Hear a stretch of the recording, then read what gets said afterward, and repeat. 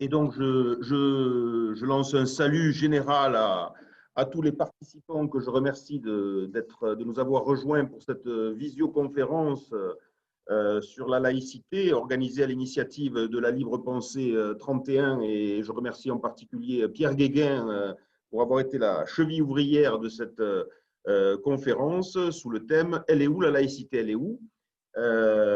conférence sur laquelle nous avons le plaisir et l'honneur d'accueillir donc Jean Bobbereau, qu'on ne présente plus si ce n'est pour rappeler que c'est un historien et sociologue, spécialiste internationalement reconnu de la laïcité, président d'honneur de l'école pratique des hautes études de la Sorbonne et professeur émérite, spécialiste de la sociologie des religions et fondateur de la sociologie de la laïcité. Jean Bobbereau est l'auteur d'une œuvre importante, nous le savons tous, avec de très nombreux articles. Il a renouvelé l'approche conceptuelle de la laïcité, avec notamment la question d'une laïcité universelle. Il est d'ailleurs le co-auteur d'une déclaration internationale sur la laïcité qui a été signée en 2005. Il a évoqué des seuils de laïcisation en indiquant que la laïcité n'est pas toujours quelque chose d'extrêmement simple. Il évoque également les courants de pensée de la laïcité et dénonce la nouvelle laïcité dont on entend tant parler actuellement, qui crée des confusions et pourrait créer des inégalités entre religions. Il est bien sûr l'auteur de très nombreux ouvrages. Je citerai en dernier lieu La loi de 1905 n'aura pas lieu, paru en 2019, La sécularisation en question, religion et laïcité au prisme des sciences sociales. Et comme il a des talents multiples, il est également l'auteur d'un premier roman qui s'appelle Improbables amours, Émilie Combes et la princesse carmélite, qui est paru le 27 novembre dernier aux éditions de la Libre Pensée, et dont il nous dira peut-être quelques mots. Je précise également qu'il est l'auteur d'un article qui va paraître, ou d'un entretien qui va paraître aujourd'hui même dans le journal Le Monde, sur la loi sur le séparatisme dont nous allons naturellement parler. Je salue par la même occasion Christian Echen, donc, qui est donc porte-parole de l'Association internationale de la libre pensée, qui avait été secrétaire général de la libre pensée de 1992 à 2012 et qui l'est à nouveau donc depuis 2020, et qui est également l'auteur de plusieurs ouvrages, notamment sur les rapports entre la libre pensée et l'Église. Nous avions donc choisi pour thème de cette conférence « Elle est où la laïcité, elle est où ?» Alors, le moins qu'on puisse dire, c'est qu'elle est dans toutes les bouches, à défaut d'être dans toutes les têtes, parce qu'on n'est pas absolument certain que tout le monde parle de la même chose lorsqu'on parle de laïcité, et on est un certain nombre à penser qu'un certain nombre de ceux qui parlent de laïcité parlent en réalité d'autre chose qu'ils ne veulent pas dire, et pour le dire directement, parlent d'islam et de musulmans au lieu de parler de laïcité.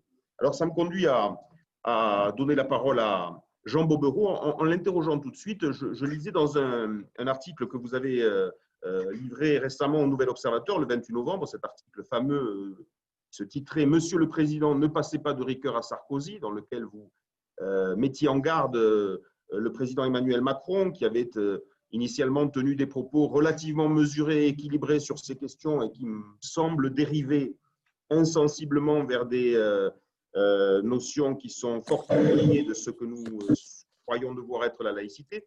Vous citiez Émile Durkheim, qui disait à propos de l'intégration qu'elle est nécessaire pour faire société et éviter l'anomie, mais une intégration trop complète unilatérale se retourne contre la société elle-même en transformant ses citoyens, ses groupements, en membres passifs, en atrophiant et en rigidifiant le social. Alors, nous sommes un certain nombre à penser que ce qu'on appelle quelquefois nouvelle laïcité, alors les qualificatifs, ils sont multiples et ils se renvoient les uns aux autres, mais cette conception de la laïcité qui éclot depuis un certain nombre d'années et qui tente à vouloir étendre à tous les champs, peut-être à tort et à travers d'ailleurs la notion de laïcité, elle a peut-être en réalité un objet non dit, mais qui est issue de beaucoup de monde, qui est celle de l'islam. En réalité, elle ne vise pas les religions en général, mais elle pointe, sans forcément le dire, l'islam et les musulmans. Et finalement, ça m'amène à poser une question pour peut-être introduire votre propos, c'est que finalement, aujourd'hui, est-ce que la première tâche qui nous incombe, ça n'est pas de travailler à la question de l'acceptation de la pluralité, notamment dans les rapports avec la question d'unité de la République?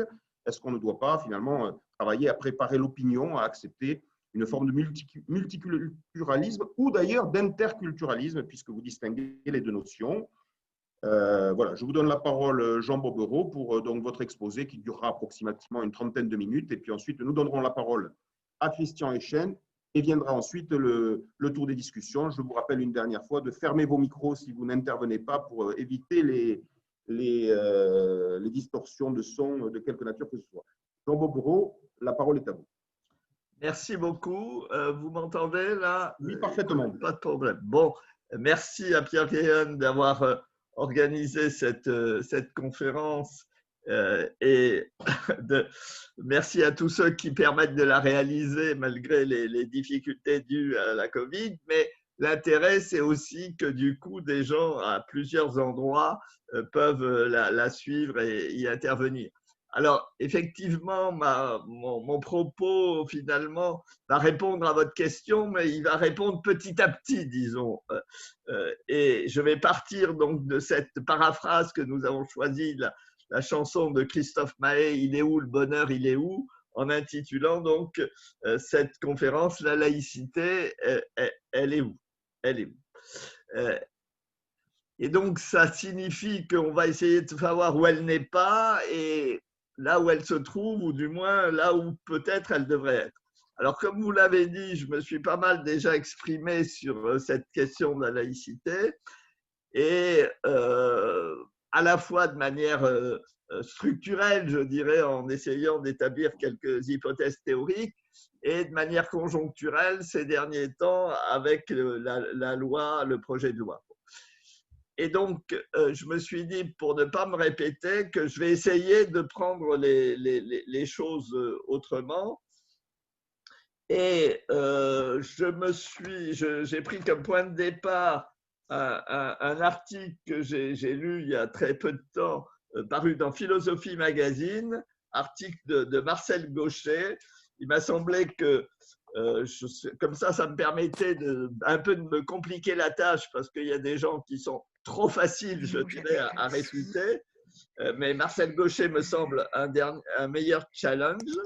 Et dans le dernier numéro donc, de Philosophie Magazine, il affirme que la laïcité repose, je le cite, sur un coup de force métaphysique à l'égard de toute religion qui aurait tendance à vouloir imposer la loi de Dieu sur celle des hommes. Et dans le cadre de ce coup de force métaphysique, de la situation créée par ce coup de force métaphysique, dit-il, croyants et incroyants sont libres de leurs options métaphysiques. Alors, cela m'intéresse beaucoup parce qu'à première vue, ces propos peuvent avoir valeur d'évidence et j'y reviendrai. Mais Marivaux parlait des fausses confidences et donc là, peut-être qu'il y a une fausse évidence, même si l'affaire est un peu compliquée et j'y reviendrai en cours de route. En tout cas, on entend de plus en plus, là, Gauchet parle de la loi de Dieu, on entend de plus en plus des discours qui se veulent laïques et qui parlent de loi de Dieu, qui parlent de blasphème, qui de plus en plus parlent de thèmes qui n'ont de sens qu'à l'intérieur d'un univers religieux.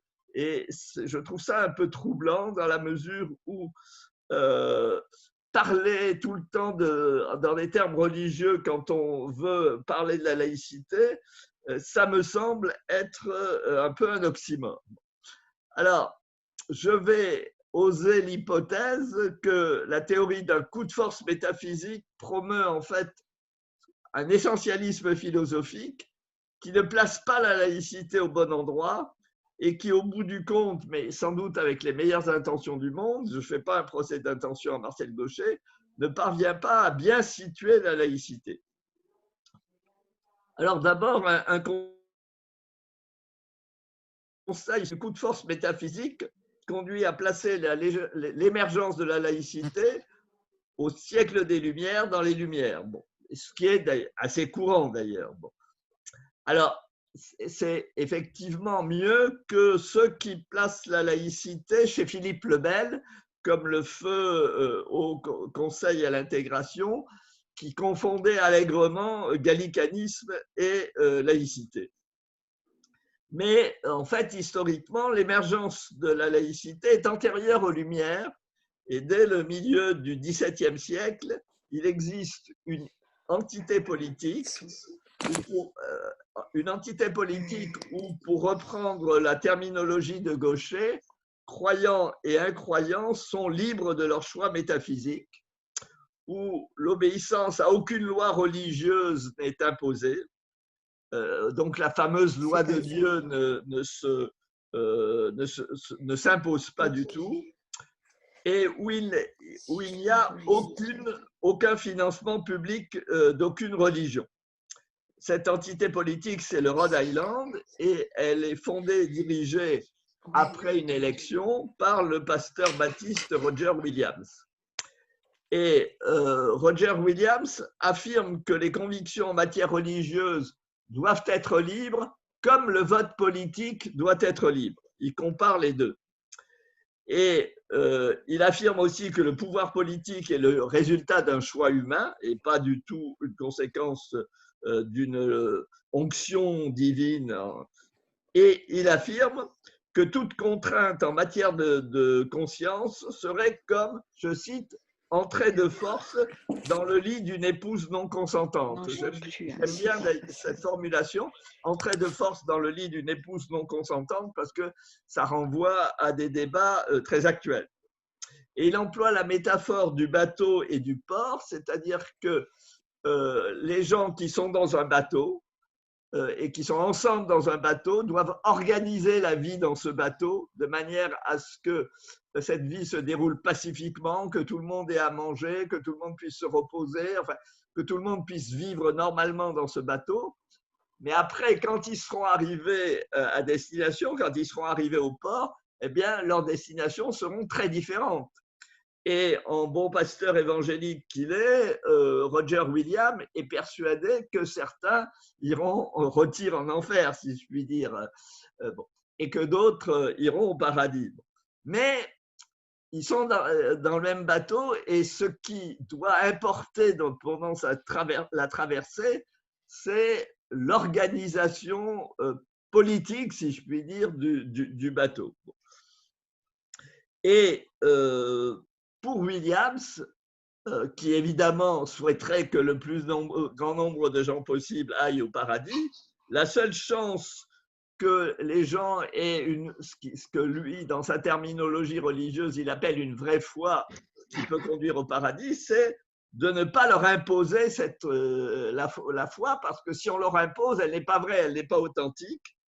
Et même, il va plus loin, toute incitation à croire est quelque chose qui est un obstacle en fait à ce qu'il appelle la vraie foi.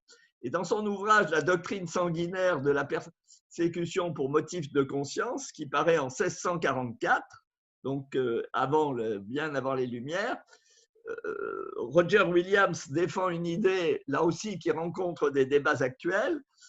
Il dit: il n'y a rien d'aussi blasphématoire que de punir les blasphémateurs, car c'est se substituer à Dieu lui-même. Et donc, c'est sa conception même de Dieu et de la loi de Dieu qui l'oblige à être laïque.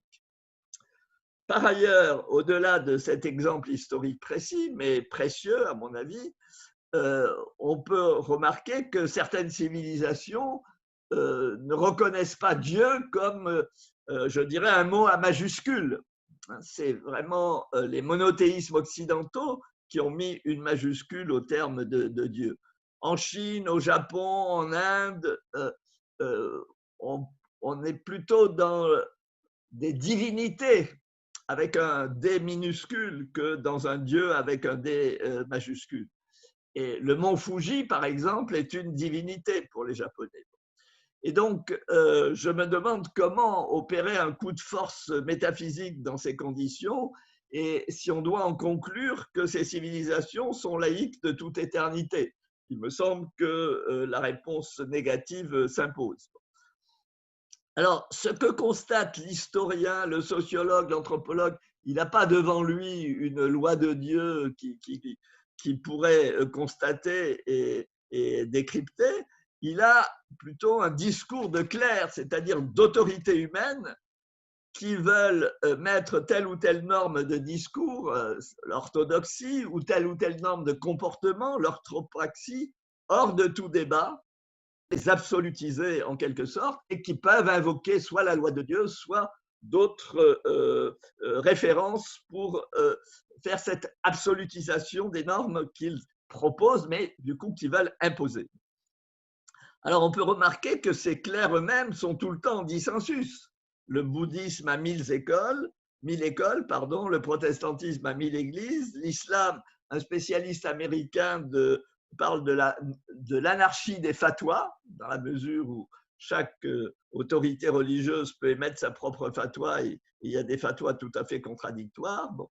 Seul le catholicisme a théoriquement une tête unique qui est à Rome, mais moi personnellement je suis limousin et je peux vous dire qu'il existe en Limousin des saints qui sont des saints spécifiquement limousins. Rome ne les a jamais reconnus, mais ça n'empêche pas du tout qu'ils soient vénérés depuis des siècles et tout le monde s'est toujours foutu du fait qu'ils n'étaient pas reconnus à Rome. C'était vraiment pas le problème des gens qui leur rendaient un culte. Et on sait très bien qu'actuellement, le pape François est très contesté dans son Église. On sait très bien qu'en Espagne, en Italie, qui sont des pays plus pratiquants que la France, il y a encore moins de naissances, ce qui veut dire que les catholiques pratiquent en masse le contrôle des naissances malgré ce qu'édicte leur propre Église, etc., etc.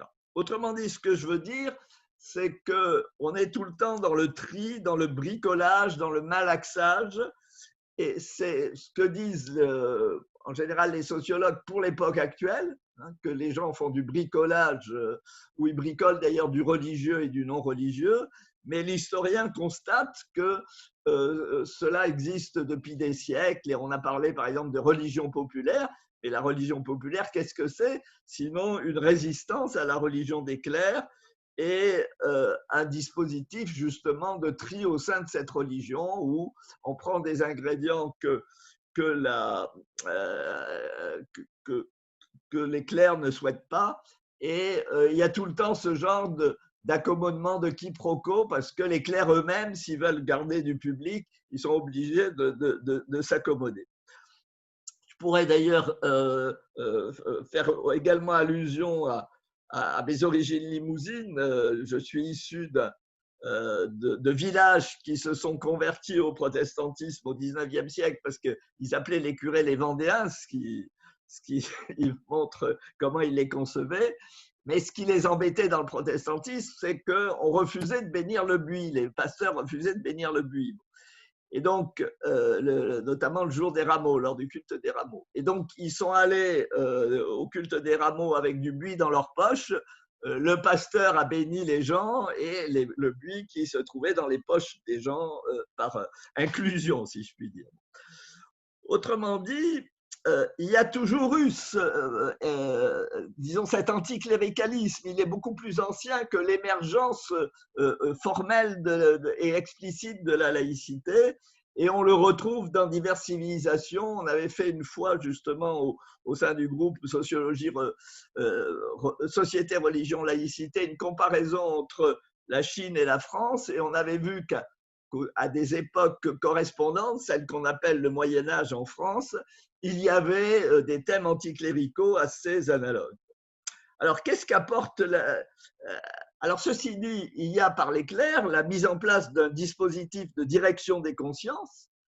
Pour le catholicisme, ça a été notamment le confessionnal, qui a été un dispositif lourd de direction des consciences, même si, à mon avis, les gens en prenaient, en laissaient et faisaient ce tri. Il y a eu effectivement la peur de l'enfer, le purgatoire, l'excommunication, etc. Et dans une société non laïque, il y a tendanciellement un appui réciproque entre le politique, qui est le bras séculier du religieux, et le religieux, qui est le bras spirituel, et plus tard, je vais parler de bras symbolique du politique. Et le gallicanisme a été une forme particulièrement opératoire, à mon avis, de ce système. Et donc, qu'est-ce qu'apporterait la laïcité? Eh bien, c'est que cette faculté de tri dans l'univers religieux puisse se faire aussi librement que possible et puisse aller d'une acceptation totale à un refus total, c'est-à-dire que quand je dis le plus librement possible, bien sûr, ça doit tenir compte des contraintes faites au fait de faire société, de vivre en société, d'être en constante interaction avec autrui, mais il ne doit plus avoir ce système de pouvoir, disons, où le politique et le religieux se légitiment l'un et l'autre. Donc, dans cette dissociation, le religieux doit pouvoir convaincre sans avoir la possibilité de contraindre, mais aussi, et je crois que c'est très important, le politique, par la séparation, ne dispose plus de la religion comme bras spirituel, comme bras symbolique, comme instance de légitimation. Et donc, à partir de là, et on rejoint ce que vous disiez sur ce que moi je préfère appeler effectivement l'interculturalisme que le multiculturalisme, parce que c'est dans cette constante interaction, puisse coexister, mais donc interagir, des gens qui donnent des sens différents à leur vie, à leur conception du monde. Alors, cela signifie trois choses. D'abord, qu'il y a bien une rupture, que la laïcité présente bien une rupture, mais cette rupture, pour moi, est avant tout politique et pas métaphysique, c'est-à-dire qu'elle ne se relie pas à une conviction philosophique ou religieuse particulière. Elle accepte les différentes convictions, ce qui est le cas chez Gaucher seulement dans un second temps. Pour moi, c'est dans un premier temps à condition qu'il y ait cette rupture politique. Donc, c'est sur le plan du politique et non pas du métaphysique qu'il faut, à mon avis, placer l'émergence et le déploiement de la laïcité. Ensuite, je pense que c'est plus compliqué qu'une distinction binaire entre croyants et non-croyants. Et je remarque que les conventions internationales, quand elles veulent parler de la liberté de conscience, elles parlent de religion et de conviction. Et cela signifie d'une part que les religions ne sont pas forcément un phénomène universel, même en leur donnant un sens large, et d'autre part que le religieux fait partie d'un ensemble plus vaste, ensemble qui est suggéré sans être vraiment désigné, quand on estime pouvoir mettre côte à côte religion et conviction, et créant une analogie entre les deux. Et c'est ça, cet ensemble que pour ma part, mais je ne suis pas le seul bien sûr, j'essaye de désigner par l'expression de structure symbolique. Alors le symbole en grec ancien, c'est une tesser, c'est-à-dire un jeton coupé en deux, dont deux personnes transmettent chaque moitié à leurs descendants pour que leurs descendants, en reconstituant le jeton, sachent qu'ils sont alliés. Mais au niveau des sociétés premières, c'est également un bout de bois coupé en deux, et quand deux tribus se croisent, eh bien, elles vérifient si le bout de bâton de chacune d'entre elles s'emboîte dans le bout de bâton qu'à l'autre, et s'ils se raccordent, eh bien, elles sont alliées. Sinon, l'imprévisible est possible, y compris la guerre. Une autre approche du symbolique sera le franc ou maintenant l'euro symbolique de dommages et intérêts, qui matériellement est peu de choses. Vous n'allez pas devenir riche par un franc ou un euro symbolique de dommages et intérêts, mais qui est très important au niveau de la réparation d'un préjudice subi, au niveau de la justice qui vous est faite après une injustice subie. Et donc, à chaque fois, dans le symbolique, il y a une matière empirique, le tesser, le bout de bois, l'euro ou le franc, mais en même temps, cette matière empirique en elle-même n'est pas grand-chose. Et en revanche, le sens qui lui est donné lui accorde une importance sociale, sociétale, une importance très grande. Et je suis souvent allé au Japon parce que justement, ça m'intéressait d'étudier une société où l'univers symbolique est très différent du nôtre. Et là, j'ai rencontré un sociologue japonais qui est sociologue de la religion, mais plus généralement du symbolique. Et il dit qu'il est sociologue du suprasensible. Et pour définir vite ce qu'il appelle par suprasensible, il dit que tant qu'on ne trouvera pas normal de mettre les morts dans des sacs poubelles, ça signifie que le suprasensible existe et constitue une part importante de la réalité sociale, je le cite.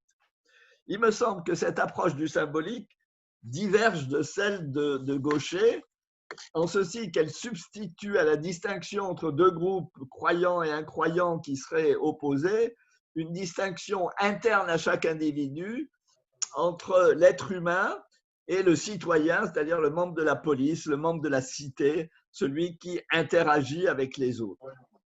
Et donc, je crois qu'il faut quitter cette problématique de Gaucher qui finalement fait une laïcité à deux étages. Une infrastructure où il y aurait ce coup de force métaphysique indispensable et une superstructure où croyants et non-croyants seraient libres de leurs opinions métaphysiques. Alors, ceci dit, parce que cette distinction en deux étages crée une inégalité foncière, c'est-à-dire que seuls les non-croyants seraient en fait les acteurs de la laïcité, puisque seuls ils opéreraient ce coup de force métaphysique. Et les croyants seraient en quelque sorte les bénéficiaires de la laïcité, mais des bénéficiaires passifs, puisqu'ils profitent, disons, de ce coup de force, mais bien sûr, ils ne sont pas acteurs du coup de force. Alors, le problème, c'est que cette construction théorique a une certaine validité historique dans la mesure où en France, c'est effectivement une mouvance libre-penseuse qui a construit et réalisé la laïcité. Et bon, je n'ai pas besoin de développer, mais tous les noms, Aristide Briand, Jean Jaurès, etc., ce sont des gens qui sont dans une mouvance libre-penseuse et parfois libre-penseurs militants comme l'a été Briand. En fait, il y a également une mouvance protestante héritière de Roger Williams par le biais d'un théologien protestant qui s'appelle Alexandre Vinet, qui était dans la première moitié du XXe siècle et qui faisait une théologie de la laïcité. Mais je ne vais pas insister là-dessus. Ce que je veux dire simplement, c'est que les protestants qui ont activement participé au processus de séparation sont tous plus ou moins héritiers de Roger Williams via Vinet, et Francis de Pressensé, qui a été l'auteur du premier projet de loi sérieux de séparation et qui est fils de pasteur, cite Roger Williams nommément. Et on peut dire que Buisson était à l'articulation du protestantisme et de la libre pensée. Il a également été un disciple de Vinet et il est devenu président de l'Association nationale des libres penseurs. Mais cette alliance est un point aveugle de la mémoire et dans le mémorial, dans la représentation que la France se fait d'elle-même, c'est effectivement la libre pensée qui a créé la laïcité. Et donc, dans une conception spontanée, non réfléchie, on comprend qu'on puisse adopter la laïcité à deux étages de Gaucher, mais ce qui est intéressant, c'est que justement, la libre pensée constituée ne me semble pas être dans cette laïcité à deux étages. Et je crois que c'est le fait de créer ces deux étages qui est incompréhensible à l'étranger, parce qu'à l'étranger, historiquement, les choses ne se sont pas passées de cette manière, et donc c'est difficile de concevoir cette représentation dominante en France de la laïcité, mais il me semble qu'elle repose sur des bases philosophiques substantialistes. Alors, moi, personnellement, je serais plutôt dans une relation de proximité et de distance avec Régis Debray, et je vous recommande son dernier livre, D'un siècle à l'autre. J'ai des connivences avec lui et j'ai des différences, je vais les préciser en conclusion. Régis Debray refuse de faire de la laïcité, dit-il, une religion de la non-religion, ce serait, dit-il, un cercle carré. Et là, je suis d'accord avec lui. Mais il regrette aussi un certain assèchement symbolique de la société actuelle, et notamment de la société ultralibérale, et là, je suis encore d'accord avec lui. Ceci dit, il réduit la laïcité à un moindre mal, et il écrit « Elle nous protège du pire, mais elle ne fait rêver personne ». Et là, je suis en désaccord avec lui. Et lui, alors, estimant que la laïcité est un moindre mal, mais ne fait rêver personne, et que le rêve est indispensable à toute société, il penche plutôt vers la religion civile rousseauiste. Et là encore, je suis en désaccord avec lui. Alors, sur l'assèchement symbolique, effectivement, je pense qu'on peut être d'accord parce qu'on est dans une société qui a privilégié le fonctionnel sous couvert du rationnel, mais en faisant dominer ce que Max Weber appelle la rationalité instrumentale sur ce qu'il appelle la rationalité en valeur. Pour poursuivre la métaphore du bâton symbole, on peut dire que on a trouvé que dans ces bâtons qui devaient s'encastrer, il y avait des aspérités et donc il était plus fonctionnel de fabriquer en masse des bâtons très lisses, bien lisses, qui ont perdu leurs arêtes. Et donc, on a perdu la maîtrise, disons, du symbolique où le sens déborde la réalité visible. Et un maçon de l'entre-deux-guerres, Camille Savoir, parle du symbolique comme d'une abréviation qui permet des signes de reconnaissance. Et c'est ça qu'on a sans doute perdu, et c'est ça qu'on trouve dans cette perte, dans cet assèchement du symbolique dont parle Debray, on trouve en réaction du symbolique radical, si vous voulez, de l'ultra-symbolique, qu'on peut appeler radicalisme religieux, moi que je préfère appeler ultra, par exemple ultra-islamisme, mais on pourrait parler d'ultra-évangélisme, d'ultra-catholicisme, etc., etc., où on retrouve ces durcissements d'orthodoxie, d'orthopraxie, etc., ce durcissement du symbolique pour réagir en réaction à cet assèchement du symbolique. Ce qui est, à mon avis, important parce que, à la fois, bien sûr, il y a des causes sociales, et si vous êtes en déficit de survie, bien sûr que vous aurez tendance à vous réfugier dans cet opium du peuple, disons, qu'est l'ultra-symbolique, mais les discriminations sont ressenties par les musulmans qui ont Bac+2. Ce sont eux qui ressentent le plus les discriminations qui sont portées à leur encontre selon une enquête du Centre Jean Jaurès. Et donc, ça veut dire que ce n'est pas seulement le social au sens strict du terme, c'est le sociétal et c'est la réaction face à ces discriminations.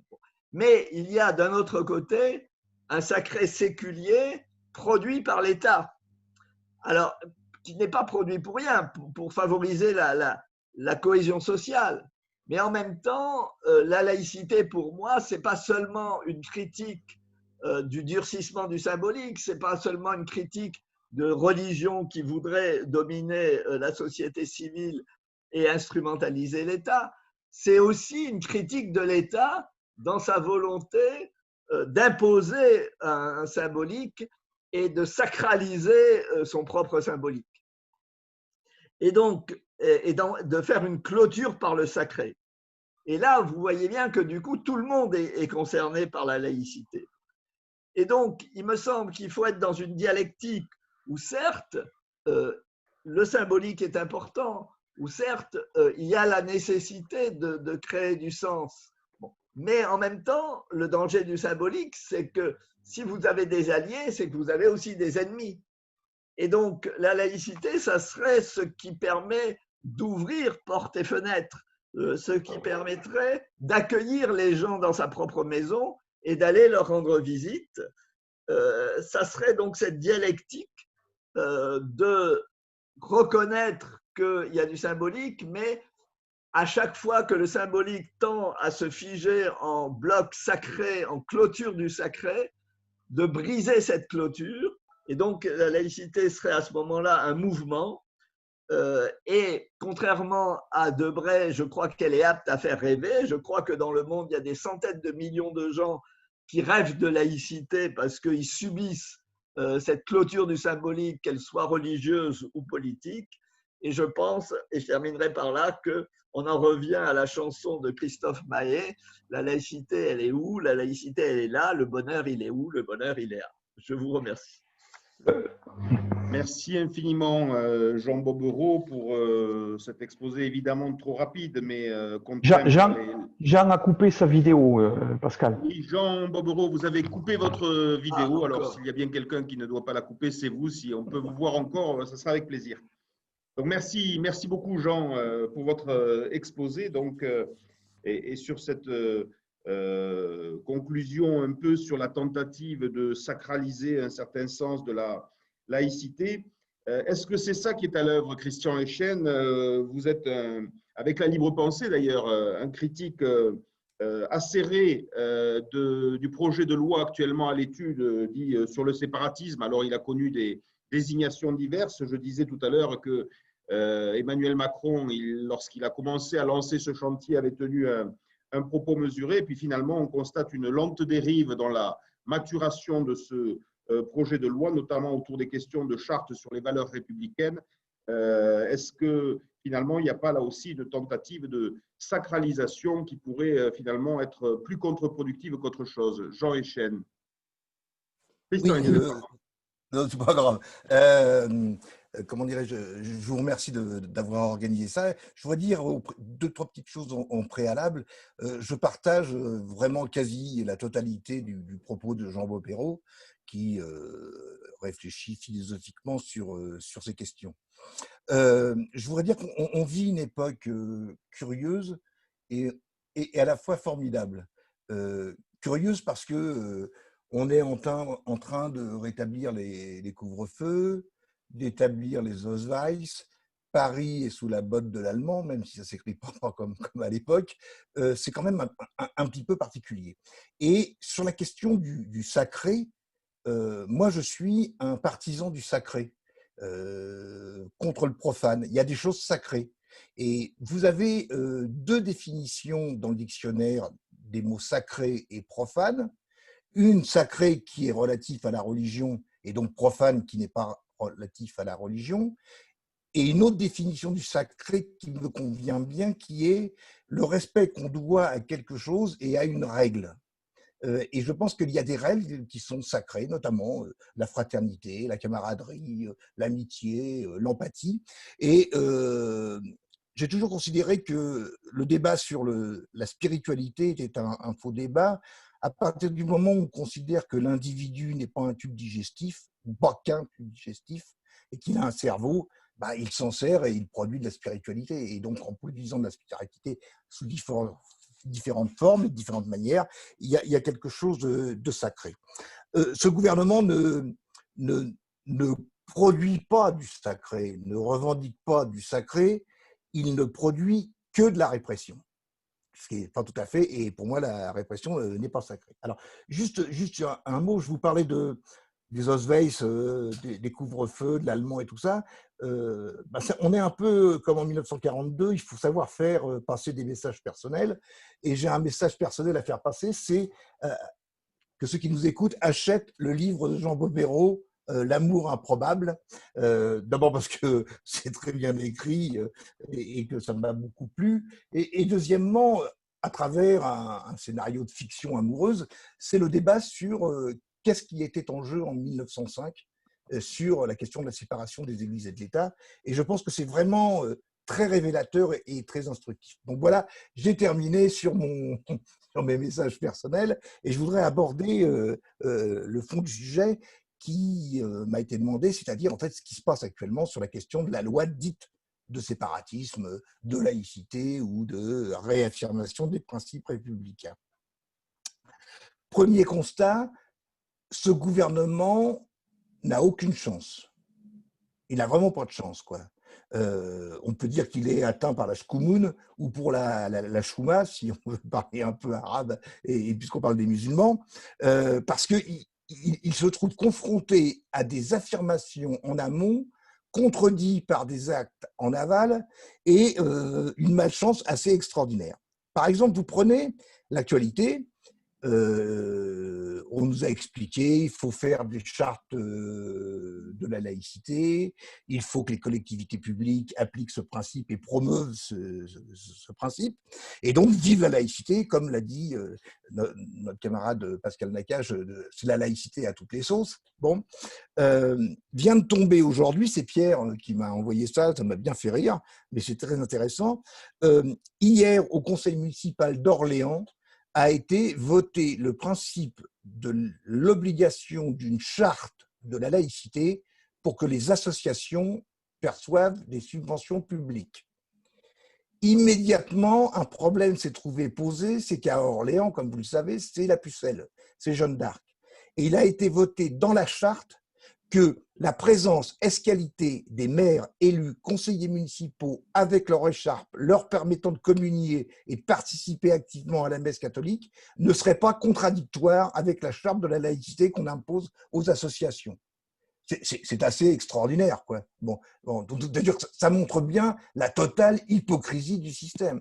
Vous avez dans une ville comme Montpellier, qui n'est pas très éloignée de Toulouse, vous avez le maire qui veut défrayer la chronique, qui veut imposer une charte de la laïcité, mais qui en même temps finance le culte de Saint-Roch et la présence des élus à l'intérieur des messes en l'hommage d'un saint qui, alors, je ne sais pas si les saints du Limousin ont existé, mais il y a une chose qui est parfaitement établie, c'est que Saint-Roch n'a jamais existé à Montpellier.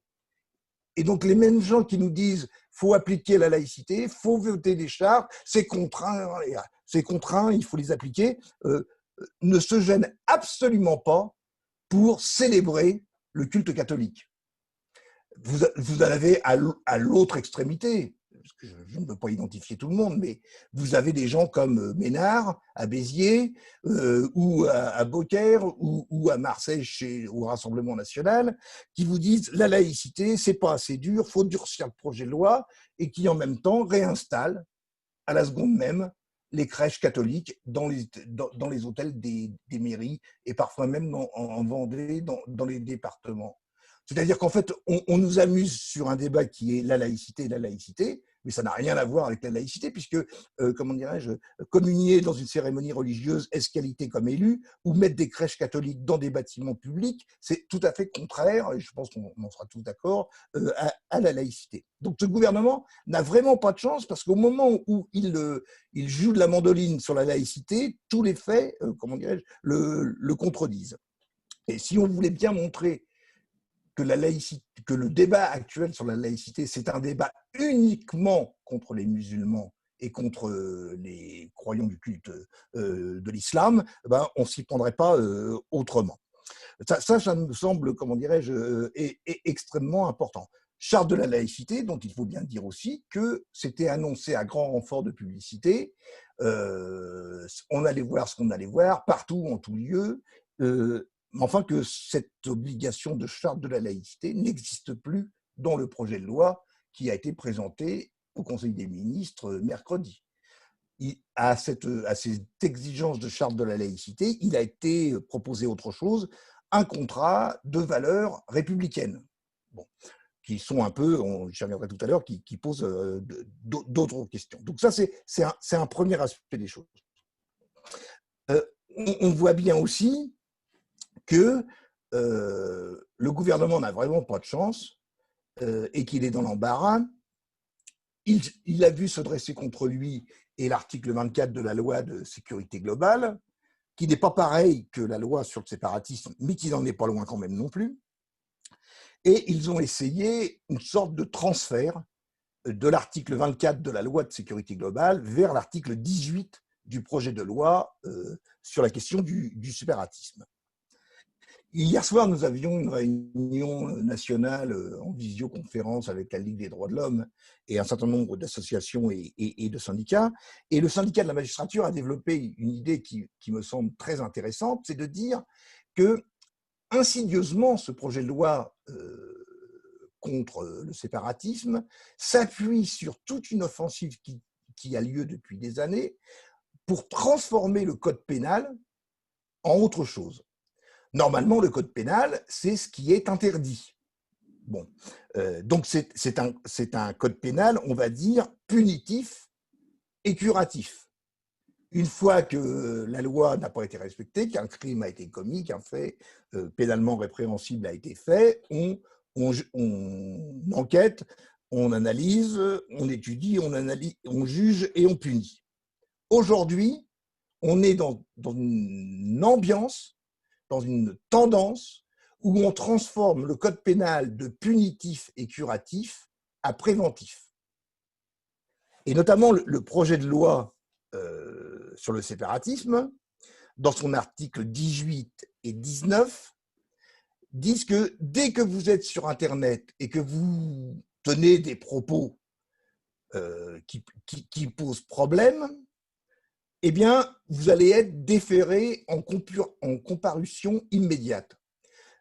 Or, le problème de ce que vous disent à la fois les magistrats et les avocats sur la comparution immédiate, c'est que c'est un truc, une mesure d'exception qui diminue les droits de la défense et qui permettent, on chope les gens au collet et puis on les met au tribunal et puis immédiatement à la case prison sans toucher les 200 francs.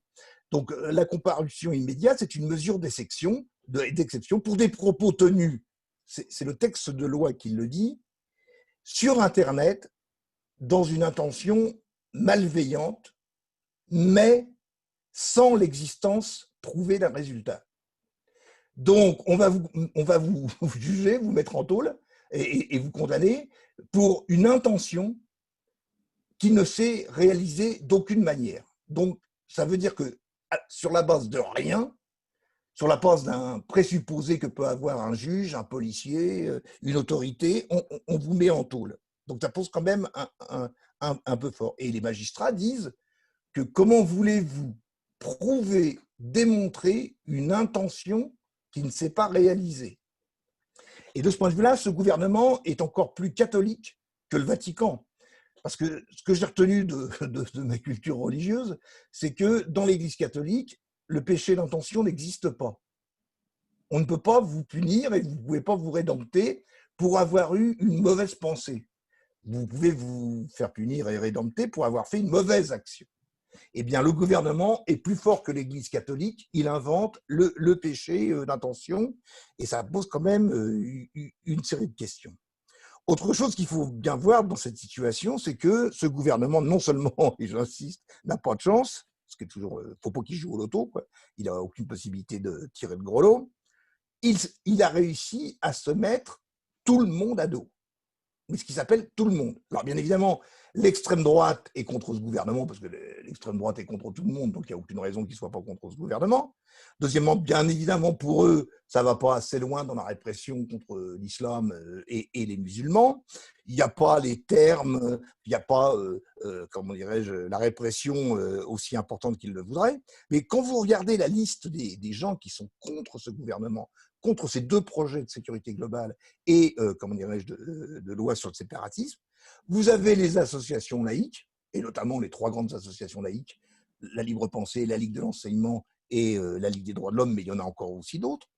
Vous avez les syndicats ouvriers qui sont contre, parce que comme il y a des répercussions dans le Code du travail et que ça va perturber un certain nombre de choses, j'essaierai d'y revenir tout à l'heure, ça va poser des problèmes, sont contre toutes les associations de défense des libertés démocratiques, comme la Ligue des droits de l'homme, comme le MRAP, SOS Racisme, sont contre toutes les associations, la plupart des associations lambda. Il y a plus d'1 million d'associations dans ce pays. Nous avons été reçus place Beauvau, enfin en audioconférence, et on nous a indiqué, les représentants de M. Darmanin nous ont expliqué que toutes les associations qui délivrent maintenant des reçus fiscaux, vous savez, toutes les associations font ça, hein, il y a les fondations et tout ça aussi, c'est-à-dire que pour permettre que les gens payent et que ce soit moins lourd les cotisations, on déduit une partie, 66% des cotisations de l'impôt sur le revenu. Toutes les associations font ça parce que ça permet de participer à la vie sociale et démocratique. Eh bien, toutes ces associations, ce million d'associations, va être, à partir du vote de la loi, si elle est votée, contrôlée systématiquement. C'est-à-dire qu'on va pourrir la vie à des millions de gens et à 1 million d'associations. Donc, bien évidemment, les associations ne voient pas ça d'un bon œil. Mais, y compris les cultes, et c'est un peu inattendu dans la situation, les cultes sont dans une situation où, quasiment dans leur totalité, elles sont contre ce projet.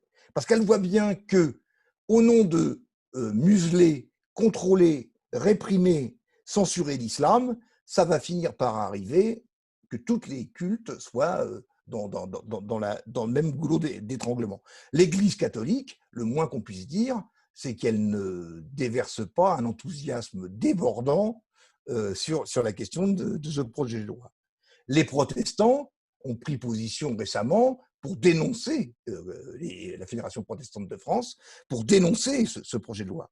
Une grande partie des associations musulmanes qui sont dans une situation difficile, parce que le gouvernement les place dans une situation, soit elles appuient les propositions du gouvernement et elles sont complètement discréditées auprès de leurs fidèles, parce que les fidèles, Jean en a parlé tout à l'heure, les fidèles sont contre ça et ils ne veulent pas être impliqués dans ces affaires, ils voient bien qu'il y a une discrimination.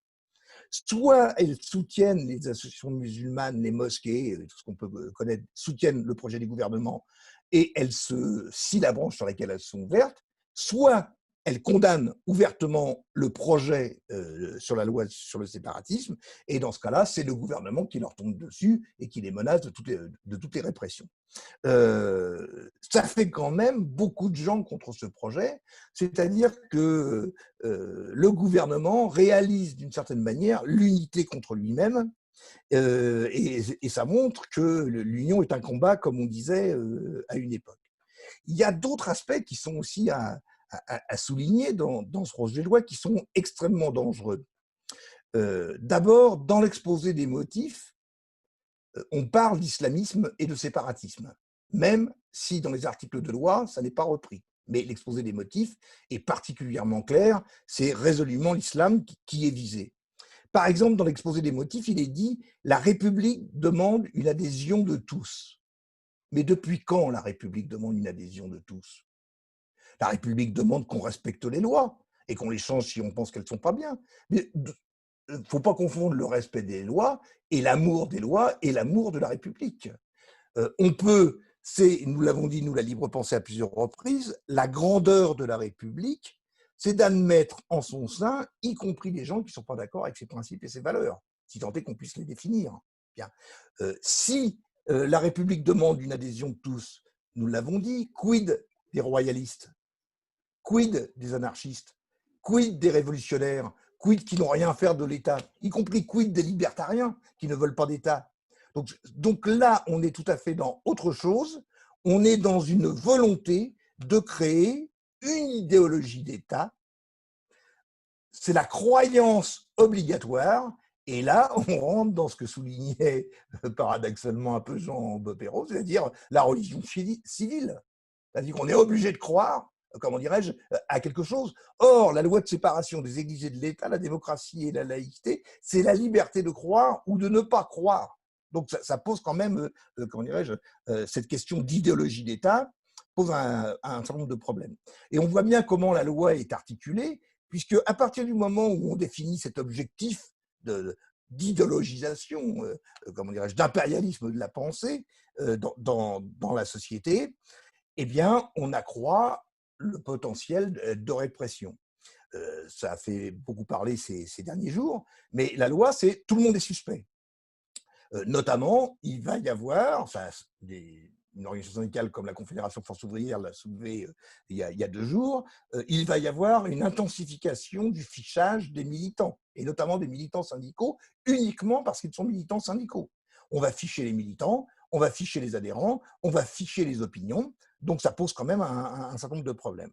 Vous avez dans le projet de loi l'inscription automatique dans les fichiers terroristes dès que vous avez un propos qui pourrait sembler penser que. Bon. Actuellement, pour être inscrit dans un fichier sur le terrorisme, il faut l'accord d'un magistrat, il faut l'accord d'un juge. Ce que prévoit le projet de loi, c'est que sans saisir la justice, sans saisir la magistrature, dès que vous aurez un propos dont la police pourrait penser que c'est terroriste, vous serez automatiquement inscrit dans un fichier terroriste. Or, être inscrit dans un fichier terroriste, ça ne va pas faciliter la vie des gens. Au contraire, ça va leur causer toute une série de problèmes et c'est quand même la répression tout azimut. Et aussi, dans le projet de loi, il y a bien évidemment une intensification de la répression sur toute une série de domaines, un accroissement des peines. Et puis, vous avez en permanence cette menace, cette épée de Damoclès de dissolution des associations. Et c'est en fait pour que les associations se tiennent tranquilles et qu'elles obéissent bien au gouvernement. Autre aspect qui va poser des problèmes, comment dirais-je, notamment aux organisations syndicales dans ce projet de loi, c'est que, bon, c'est toujours un peu pareil dans ce genre de choses, faut bien inventer l'eau chaude. Donc, par exemple, il est reproduit le fait que tous les organismes de droit privé exerçant une mission de service public et ayant une délégation de service public, le personnel doit respecter le principe de neutralité. Tout ça, ça existe déjà, c'est l'eau chaude. Moi, je suis salarié dans une caisse primaire d'assurance maladie, qui est un organisme de droit privé, régi par une convention collective, donc qui est gérée en cas de conflit par les prud'hommes, mais nous avons une délégation de service public et en tant que telle, nous devons appliquer le principe de neutralité, ce qui est tout à fait logique. Bon. Sauf que, utilisant ça, le projet de loi indique que, y compris pour les commandes publiques, et sans définir ce que sont les commandes publiques, dès qu'une collectivité territoriale passera un contrat, une commande publique avec une entreprise privée, eh bien les salariés de cette entreprise privée auront obligation de respecter le principe de neutralité. Je vous prends un exemple. Une collectivité territoriale fait de la restauration le midi, soit pour les élèves si c'est des écoles, soit pour ses salariés si c'est des fonctionnaires et tout ça. Elle passe un contrat avec une entreprise de restauration. La plupart du temps, maintenant, la cuisine est faite dans des entreprises privées et elle est simplement livrée sur le lieu de la restauration, reconditionnée, repréparée, représentée. Bon. Mais là où elle est confectionnée, pourquoi appliquer dans les cuisines le principe de neutralité? Ça n'a aucun sens. Qu'à la limite, le personnel qui le serve aux enfants et aux fonctionnaires applique le principe de neutralité quand c'est servi, ça ne pose aucun problème, ça semble même assez logique. Mais maintenant, c'est la notion de commande publique. Donc, tout va être régi par le principe de neutralité, de laïcité. Et quand la laïcité est partout, nous l'avons toujours dit à la libre pensée, elle est nulle part. Le principe de la laïcité, c'est la séparation des églises et de l'État. Il y a un domaine où ça s'applique, c'est la sphère publique. Il y a un domaine où ça ne s'applique pas, c'est la sphère privée. Parce que quid de l'article 10 de la Déclaration des droits de l'homme du 26 août 1789, toutes les opinions sont permises, même les opinions religieuses. Si partout on traque les points de vue des uns et des autres, il n'y a plus de liberté, il n'y a plus de démocratie. Donc ça va poser cette question-là aux organisations syndicales un problème, puisqu'il est prévu dans le Code du travail, c'est l'article L112.1, je crois, de mémoire, qui dit qu'on ne peut pas émettre une interdiction d'ordre général sans qu'elle soit proportionnée au but recherché et aux problèmes et régler les problèmes. Bon, il ne peut pas y avoir d'interdiction générale.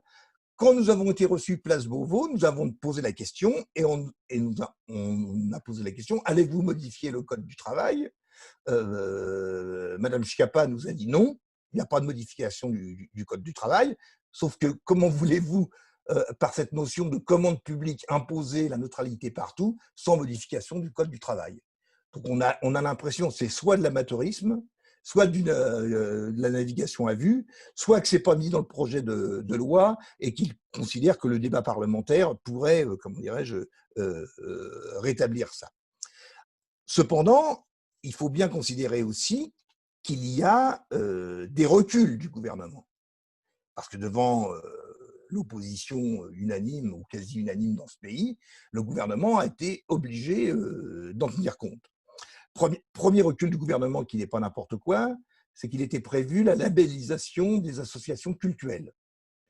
Alors avec cette hypocrisie extraordinaire, le gouvernement dit on ne se mêle pas du culte, mais on va labelliser les cultes. Bon, c'est quand même un oxymore pour le moins.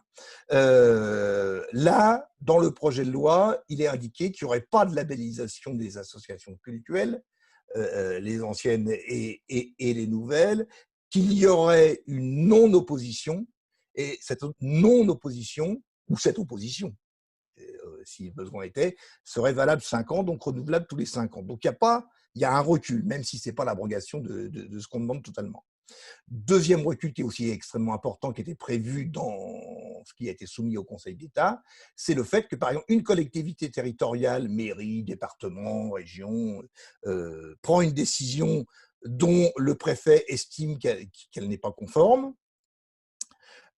Antérieurement, enfin jusqu'à aujourd'hui, le préfet défère la décision au tribunal administratif. Là, dans le projet de loi hanté, avant, c'était le préfet démet la gestion de la collectivité territoriale et gère la collectivité territoriale à sa place. Les libertés communales, c'est quand même quelque chose qui est issu de la Révolution française et qui n'est pas n'importe quoi. Là, le projet dit que quand le préfet estime qu'une décision d'une collectivité territoriale n'est pas bonne et n'est pas conforme, il doit saisir le tribunal administratif qui a 48 heures pour se prononcer. Alors, c'est plus la situation qu'on connaît actuellement, mais c'est pas non plus la situation que voulait le gouvernement. Comme je l'ai dit tout à l'heure, la question des chartes de la laïcité a disparu. Peut-être que ça reviendra dans le débat parlementaire, mais il y a une chose qui va poser un certain nombre de questions, c'est que les collectivités territoriales qui veulent en faire plus et qui veulent être plus catholiques que le pape et plus royalistes que le roi et plus macronistes que Macron, ne pourront pas s'appuyer pour l'instant sur le projet de loi pour dire la loi prévoit des chartes de la laïcité, donc il faut les mettre en œuvre. Non, tout ça, comment dirais-je, a disparu. D'autant que le texte de loi dit explicitement par rapport aux associations, il ne sera pas exigé des associations d'appliquer le principe de laïcité au-delà de l'administration et du service public. À partir du moment où la loi dit, et rappelle la réalité, c'est que la laïcité ne s'applique qu'à la sphère publique donc, et non pas aux associations, les chartes de la laïcité n'ont plus aucun fondement.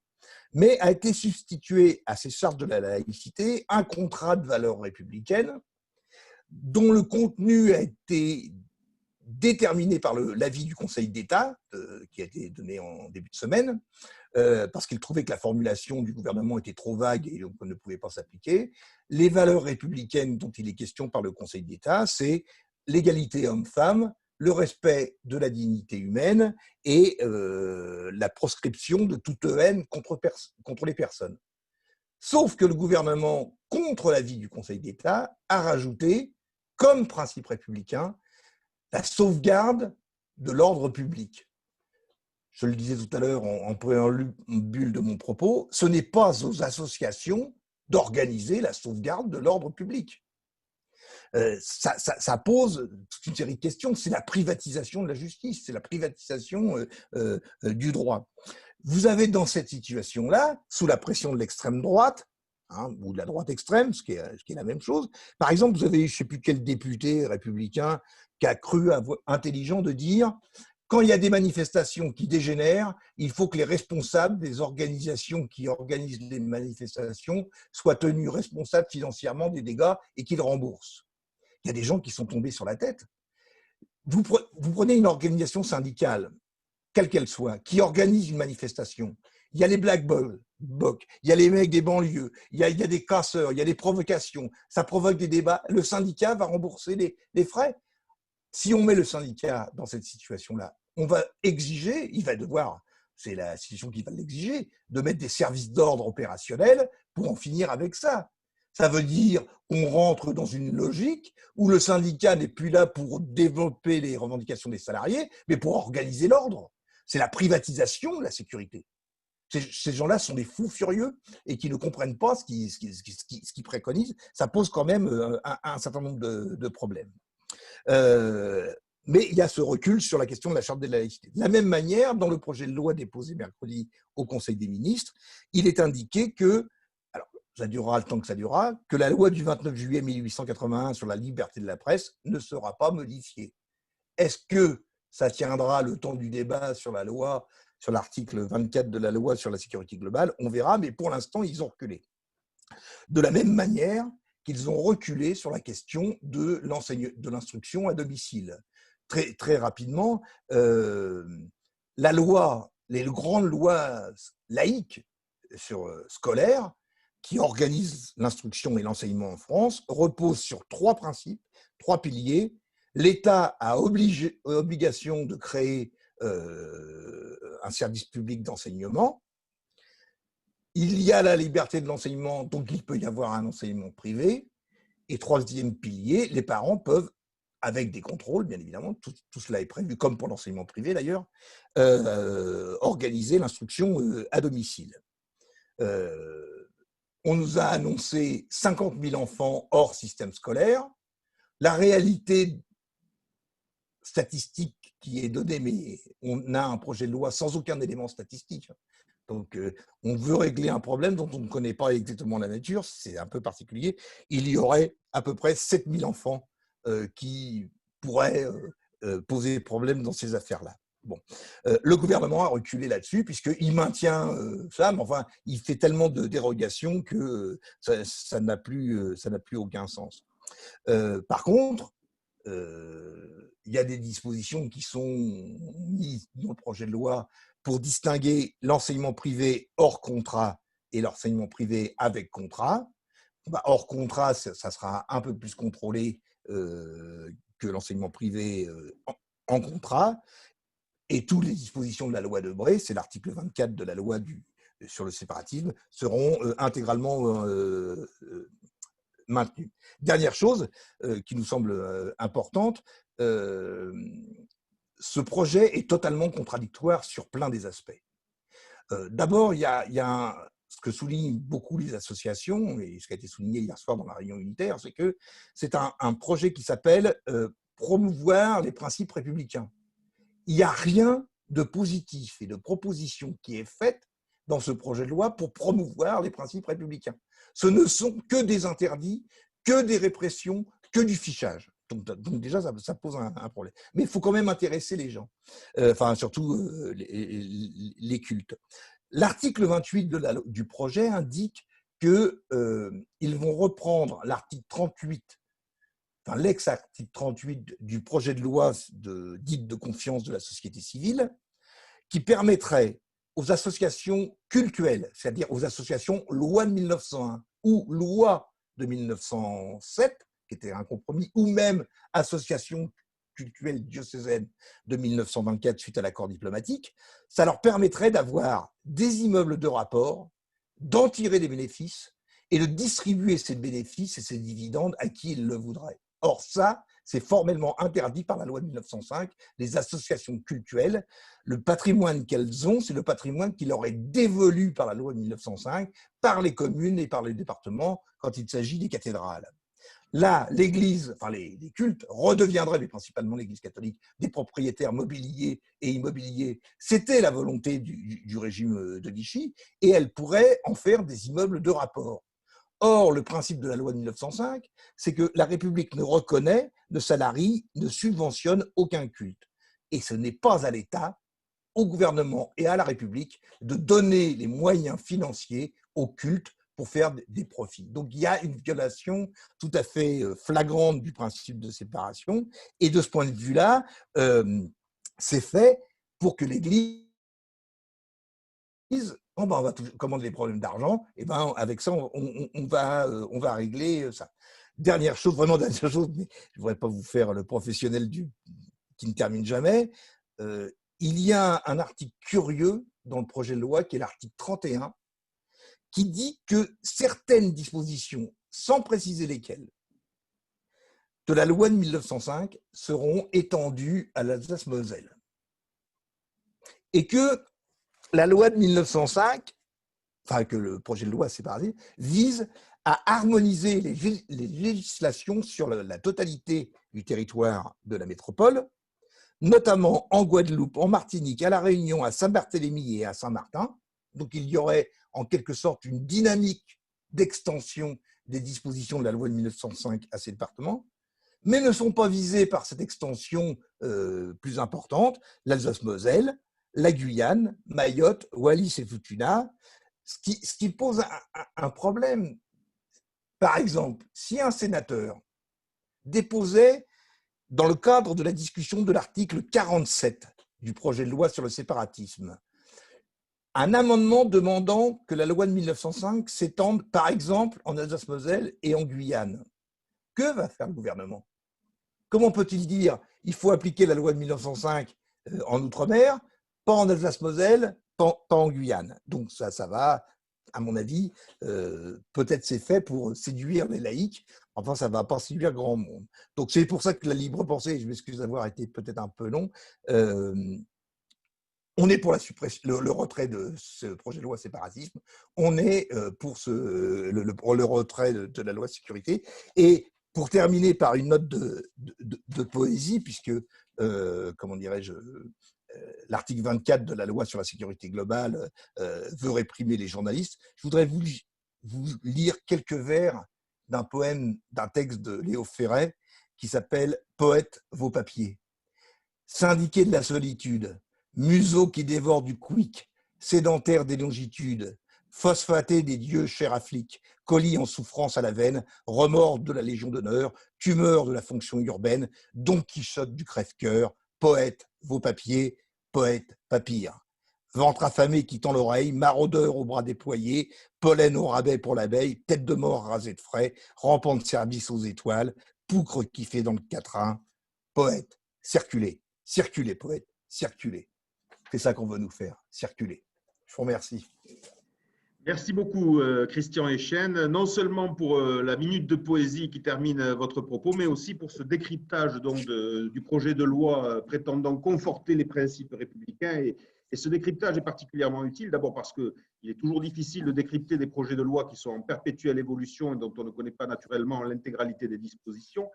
Mais en plus parce que, à l'évidence, c'est la démonstration un petit peu de la confusion qui s'installe depuis un certain nombre d'années autour de la notion de laïcité, puisque ce projet de loi répondait, semble-t-il, à une annonce faite par le président Emmanuel Macron il y a quelques mois de cela au sujet des communautarismes et donc de la laïcité.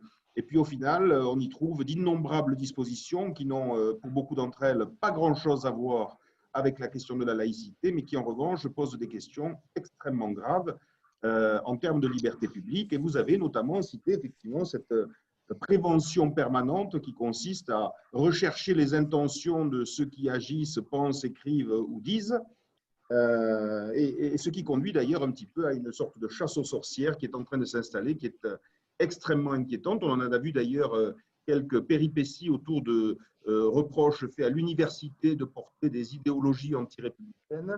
Et on en vient maintenant à attaquer la liberté d'association, la liberté d'opinion. Tout cela est effectivement extrêmement inquiétant, s'inscrit dans un contexte d'ensemble, vous l'avez dit également, avec le projet de loi sécurité globale, avec les décrets qui viennent de sortir qui permettent ce fichage des opinions.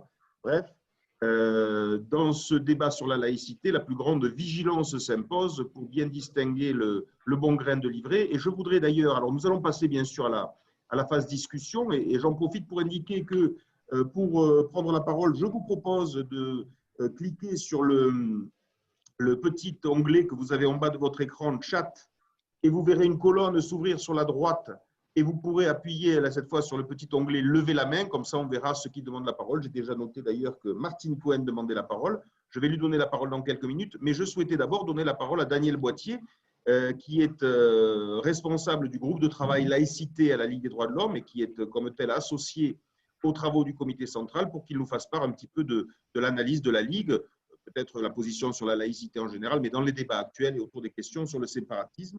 Daniel, je te donne la parole. D'abord un salut, ensuite une remarque et enfin une question à Jean Bobéro. Un salut à mon ami Echen, un salut aussi à M. Tournemire qui est là, un salut à la Libre Pensée et à nos amis de la Ligue de la LDH présents. Je crois beaucoup à cette idée de salut parce que ça veut dire notre travail commun dans une situation assez difficile, assez conflictuelle, du fait même de ce que j'appelle le médiatico-politique, c'est-à-dire, en gros, ce travail qui va complètement à contre-courant du travail des chercheurs. Et merci d'avoir d'abord invité aujourd'hui Jean Bobéro. Une remarque. Mon ami Echen disait à l'instant, ils ont reculé. OK. Ils ont reculé sur certains points. Il se trouve qu'avec ma collègue Joëlle Bordet, qui co-anime avec moi le groupe de travail laïcité, nous travaillons en ce moment sur les quartiers populaires et en contact avec des acteurs de premier rang. Eh bien, qu'est-ce qui remonte? Il remonte que cette loi, qu'elle soit votée ou pas, qu'il recule ou qu'il ne recule pas, dans les quartiers populaires, c'est vécu comme une violence à leur égard. Un petit peu comme, vous savez, quand on avait annoncé la déchéance de nationalité. il y a là, et puis vous allez voir un peu la course à l'échalote quand il s'agira de faire des amendements. Il y a là quelque part une violence qui est déjà exercée sur les quartiers populaires. Et trois choses. Un certain nombre de jeunes nous disent très clairement, de toute façon, ils ne nous aiment pas. Et un certain nombre d'éducateurs, eux, se ressentent comme étant pris entre deux feux, entre ces jeunes avec lesquels il faut défendre la laïcité, et cette violence symbolique. Vous parliez, Jean Bobéro, de symbolique. Je crois qu'on a d'abord cette violence symbolique en ce moment. On nous dit aussi que dans certaines mosquées, la règle, c'est de se taire. Un éducateur nous disait je dis à mon fils de se taire à l'école. On est dans une situation où les parents disent taisez-vous à l'école. Et c'est comme si tout à l'heure on parlait des zones de neutralité. C'est comme si, c'est ressenti comme ça, c'est comme si la volonté était de neutraliser, y compris l'espace privé. Je pensais à un livre de Charlotte Bérard sur le rêve pendant le Troisième Reich. Et il y a un rêve qui est reporté par Charlotte Bérard, c'est une élève d'Hannah Arendt, qui est celui des murs qui tombent. Ce que j'ai pu entendre de certains éducateurs y compris, c'est qu'ils avaient comme le sentiment que l'État rentrait dans la maison. Voilà ma remarque, et qui me fait dire que quelque part, le mal s'accroît. J'en viens à ma question, qui est une manière aussi de montrer où nous situons le travail avec la Ligue, et que nous situons aussi d'ailleurs avec LP. Je pense à notre travail contre le SNI. Monsieur Bébéraud, dans votre propos à l'Obs, qui a été rappelé tout à l'heure par mon ami Pascal, vous vous référez à Durkheim et vous vous référez à cette dialectique de la proximité et de la distance. Et je me demande si cette loi, ainsi que certains propos, je suis beaucoup moins optimiste que mes collègues sur le propos du président Macron à Mulhouse, par exemple. On aurait pu croire qu'il ouvrait une perspective en disant on ne peut pas s'en tenir à la critique du communautarisme, il faut peut-être aussi repenser les communautés. Mais c'était pour immédiatement nous proposer une loi sur le séparatisme. Je pense qu'il y a une réflexion nécessaire sur le rapport de l'individu, de la communauté et de l'État. Et j'ai beaucoup aimé ce que vous disiez sur cette dialectique de la proximité et de la distance. Et quand vous rappelez particulièrement que si la République est indivisible, elle n'est pas une, comme certains veulent faire parler le texte constitutionnel, la République une. Non, vous rappelez qu'elle est indivisible, mais sans être une pour autant. Et vous ajoutez, alors on aura droit, on ira droit vers la catastrophe et les prophéties autoréalisatrices d'une détérioration de la et les prophéties autoréalisatrices d'une détériorisation de la situation sera développée. Et j'ai beaucoup aimé votre réflexion sur l'intégration. Je pense qu'il nous faut être positif. Et il nous faut reprendre notre travail que l'on fait au quotidien, qui va dans le sens du travail sur une intégration qui prenne en compte les multiplicités et les diversités. Voilà un peu, voilà ce que j'avais à dire. Le groupe de travail laïcité vous a d'ailleurs interviewé sur ces questions-là. Merci à tous. Merci beaucoup, Daniel. Je vais donc redonner la parole à Jean Bobéraud et puis ensuite je donnerai la parole aux personnes qui l'ont demandé. Pour l'instant, j'ai noté donc Martine Cohen, Sari Hanafi et Roland Ramis. Jean Bobéraud, je vous redonne la parole. Merci beaucoup. Oui, alors la question sur l'intégration me permet de rebondir. D'abord, merci à Christian Echen parce qu'il a vraiment clarifié de manière magistrale ce projet de loi dans ses différentes phases. Et comme vous l'avez dit, ce n'est pas facile de le suivre parce que ça changeait tous les jours et on se demandait si ce n'était pas voulu non plus pour pouvoir empêcher la critique. Bon. Alors, ce que j'ai dit de l'intégration sur le fait qu'il fallait évidemment être intégré dans la société dans laquelle on vit pour pouvoir interagir de manière justement fraternelle, de manière empathique, etc. Mais en même temps, il ne fallait pas trop d'intégration, parce que trop d'intégration figeait la société, une société qui doit toujours être en mouvement et empêcher le droit à la critique. C'est pareil pour le sacré. Je pense qu'en fait, Christian, nous sommes d'accord qu'il y ait du sacré, qu'il y ait des mémoriaux, par exemple, où on ne puisse pas faire des tags, c'est logique, c'est normal. Bon. Mais en même temps, attention à la tentative toujours du sacré de devenir un endroit clos où, du coup, qui déborde finalement sur sa signification première. Bon.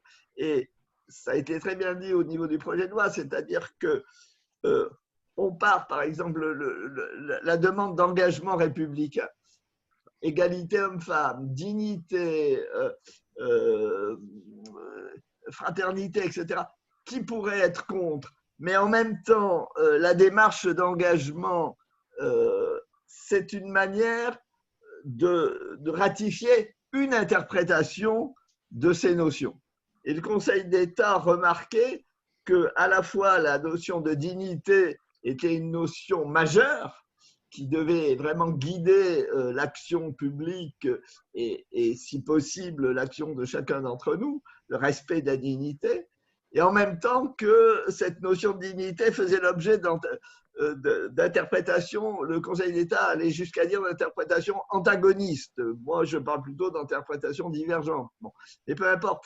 Mais le problème du sacré, c'est quand il empêche ce débat interprétatif. Il faut maintenir ce débat interprétatif, et c'est en ça que les demandes d'engagement par les associations de principes, de valeurs auxquels nous sommes tous attachés est en soi en même temps intéressamment mauvais, parce qu'il va y avoir après des bureaucrates qui vont imposer leur interprétation, et leur interprétation, ce sera une interprétation de bureaucrates.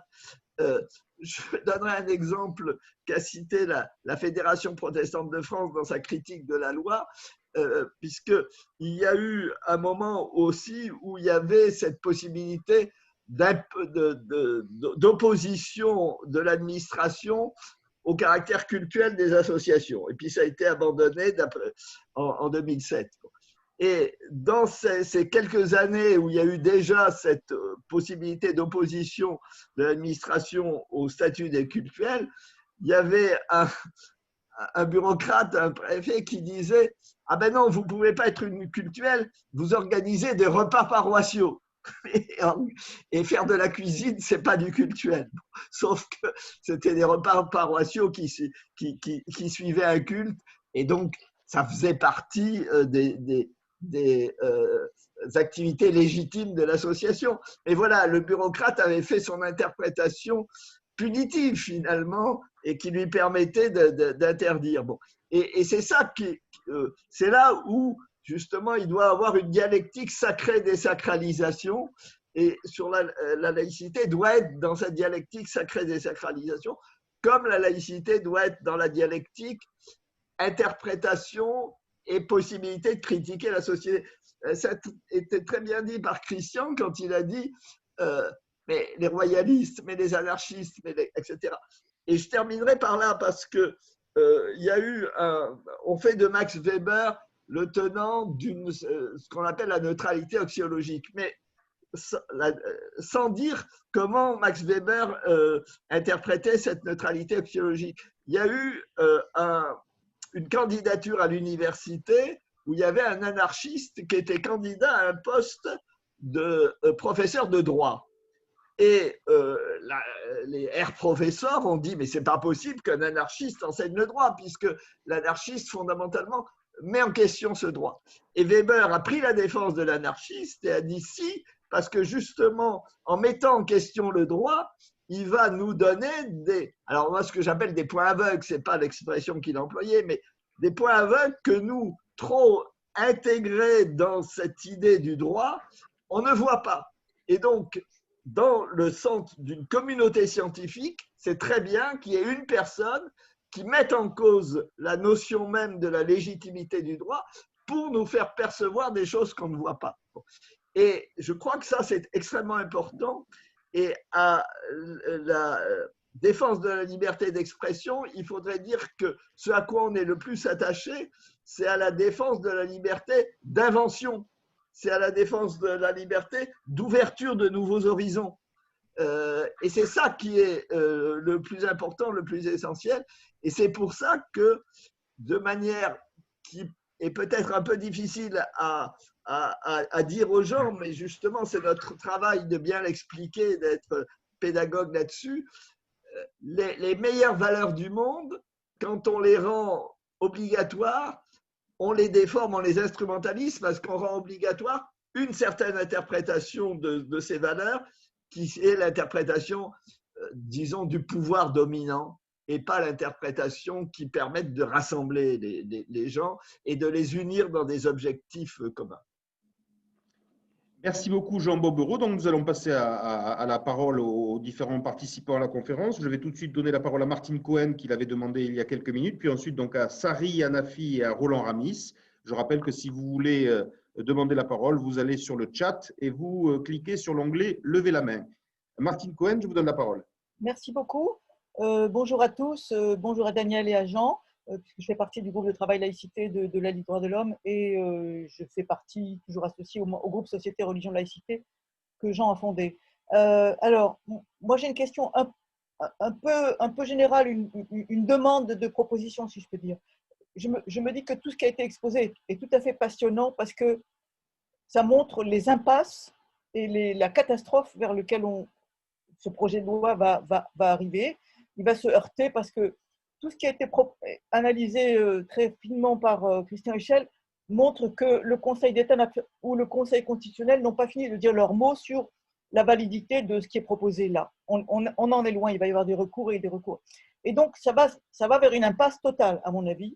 Et je trouve que, du coup, le gouvernement ou l'exécutif va vers un débat sans fin, plus qu'un débat sans fin, un conflictuel dramatique. Et moi, je me posais la question si les associations, avec des intellectuels hors association aussi d'ailleurs, je pense à Rachid Benzine ou à d'autres, Ralem Bencher, etc., des intellectuels musulmans, j'ai cité là en particulier, ne pourraient pas s'associer pour faire des propositions, si je peux dire, plus constructives. Je voudrais souligner là, m'inscrire dans ce que j'ai dit comme remarque à Jean Bobbereau par rapport à sa lettre ouverte à Macron, au président de la République.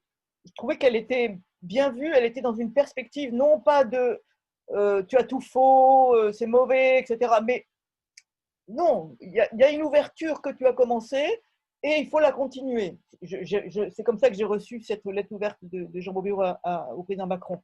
Donc, moi, j'aurais envie que des associations diverses, les droits de l'homme, les libre pensée, avec des intellectuels, y compris des associations musulmanes éventuellement, ou des intellectuels musulmans, ou les deux, s'associent pour faire si je peux dire, une contre-proposition ou des contre-propositions, et pas seulement un démontage en règle de l'impasse dans laquelle ce projet de loi se situe.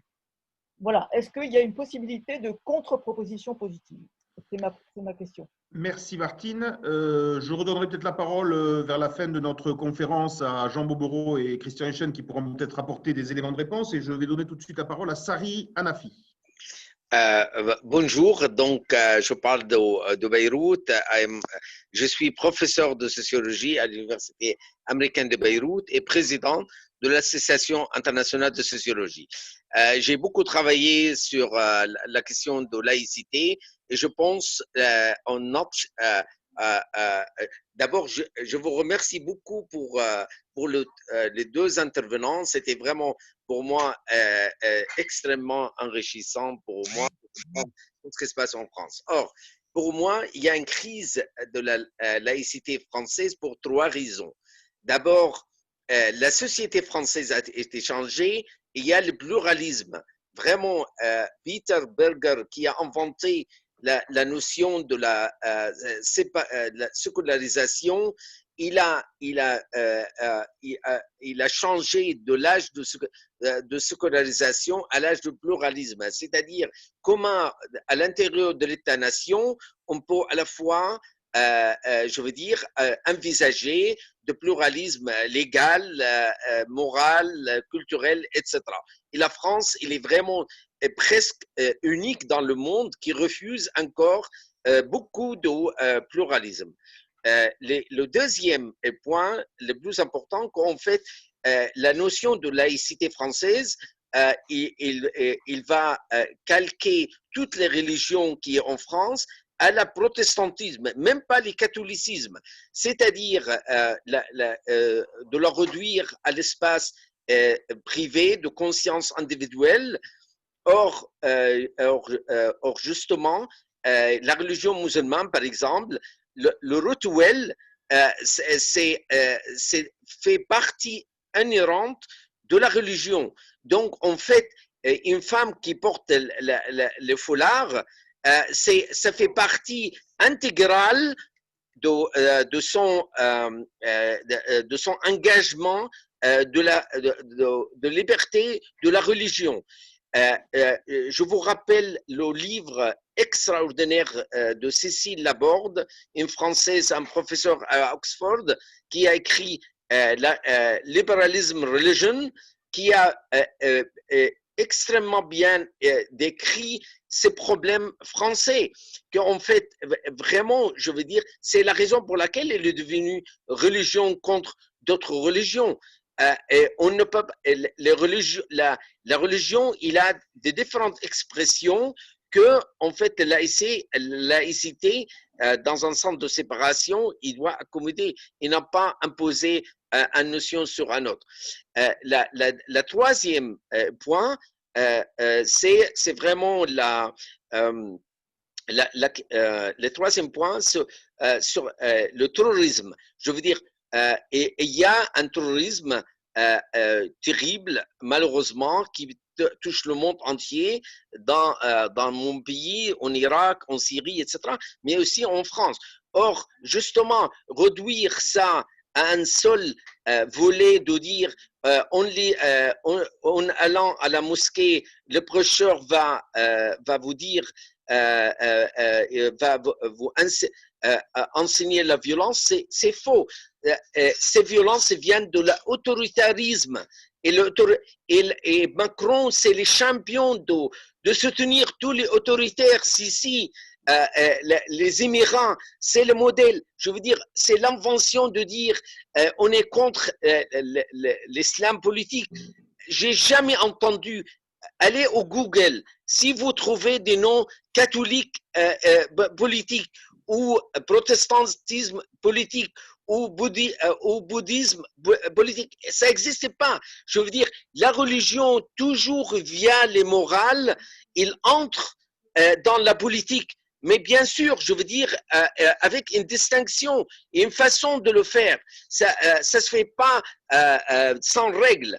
Mais donc, en fait, vraiment, je trouve que tous les débats, pour moi, actuellement, c'est un fond de islamophobie de l'État, de dénigration de culture de ceux qui sont venus défendre la France aux premières guerres mondiales. Et maintenant, on a trouvé leurs filles, leurs femmes voilées. On a commencé vraiment d'exercer le colonialisme d'autre façon. C'est vraiment, et c'est la raison pour laquelle je trouve la question de boycott de produits français tellement répandue maintenant, parce que ça sent vraiment un nouveau pluralisme. Je m'arrête ici. Merci beaucoup, Sari Hanafi. Je donne donc la parole à Roland Ramis. Oui, bonjour. Je suis président de la Fédération des Landes de la Ligue des droits de l'homme. Et je remercie bien entendu les interventions très, très riches de grande qualité qui nous enrichissent énormément. Cependant, moi, je voudrais signaler deux choses. La première, c'est que nous devrions aujourd'hui, je sors d'une manifestation hier avec la Ligue Pensée, la Ligue des droits de l'homme, le MRAP, sur la sécurité globale. Nous sommes engagés sur plusieurs champs. Et aujourd'hui, nous avions choisi de ne cibler que la sécurité de la loi sécurité globale. Aujourd'hui, si nous ouvrons toutes les pistes et tous les champs d'intervention, nous allons nous retrouver confrontés à une certaine difficulté par rapport au public et par rapport à la compréhension du message. Moi, ce que je voulais dire. La deuxième intervention que je voulais faire, c'est en ce qui concerne le titre que Pascal Nakache avait mis à cette conférence, la laïcité, elle est où? Moi, je voudrais évoquer et questionner M. Jean Bobbereau sur la question de l'affichage sur les frontons. J'ai un lycée dans ma commune qui a affiché un grand lycée à côté des drapeaux de la République et de l'Europe et du triptyque républicain, liberté, égalité, fraternité, un quatrième mot, laïcité. Et puis, pas plus loin que cela, une autre municipalité, une mairie, sur son fronton républicain, a elle aussi affiché le quatrième mot, laïcité. Je voudrais demander, Jean Bobbereau, ce que vous pensez de cela, parce que, de mon point de vue, nous qui intervenons auprès des jeunes avec la Ligue des droits de l'homme, je vois l'impact que cela peut avoir auprès des jeunes comme auprès des enseignants, qui, après tout, n'ont pas donné leur accord pour l'affichage de ce quatrième mot sur la tribune. Quel impact cela peut-il avoir que les principes de la République doivent être complétés par un quatrième mot? La laïcité n'est-elle pas expliquée, si on fait correctement le travail, dans les 3 premiers mots des principes de la République? Voilà, je voudrais poser cette question à Jean Moreau. Qu'est-ce qu'il en pense? Aidez-nous. Faut-il saisir les institutions de tutelle? Comment expliquer cela? Faut-il l'accepter tout simplement? Je me pose la question. Merci. Merci beaucoup, Roland. Alors, je regarde l'écran et je ne vois pas d'autres questions. On arrive progressivement vers la fin de notre visioconférence. Je vais donner une dernière fois la parole à Christian Echen, bien sûr, pour répondre un petit peu aux questions et puis faire ses observations. Et je donnerai pour terminer la parole à Jean Bobbereau. Christian, je te donne la parole. Oui, sur quelques petits points. Je ne voudrais surtout pas qu'on se méprenne sur la présentation que j'ai faite par rapport à la réaction de Daniel Boittier. Moi, je condamne ce projet de loi. Je suis pour son retrait pur et simple. Je pense que c'est quelque chose de profondément réactionnaire.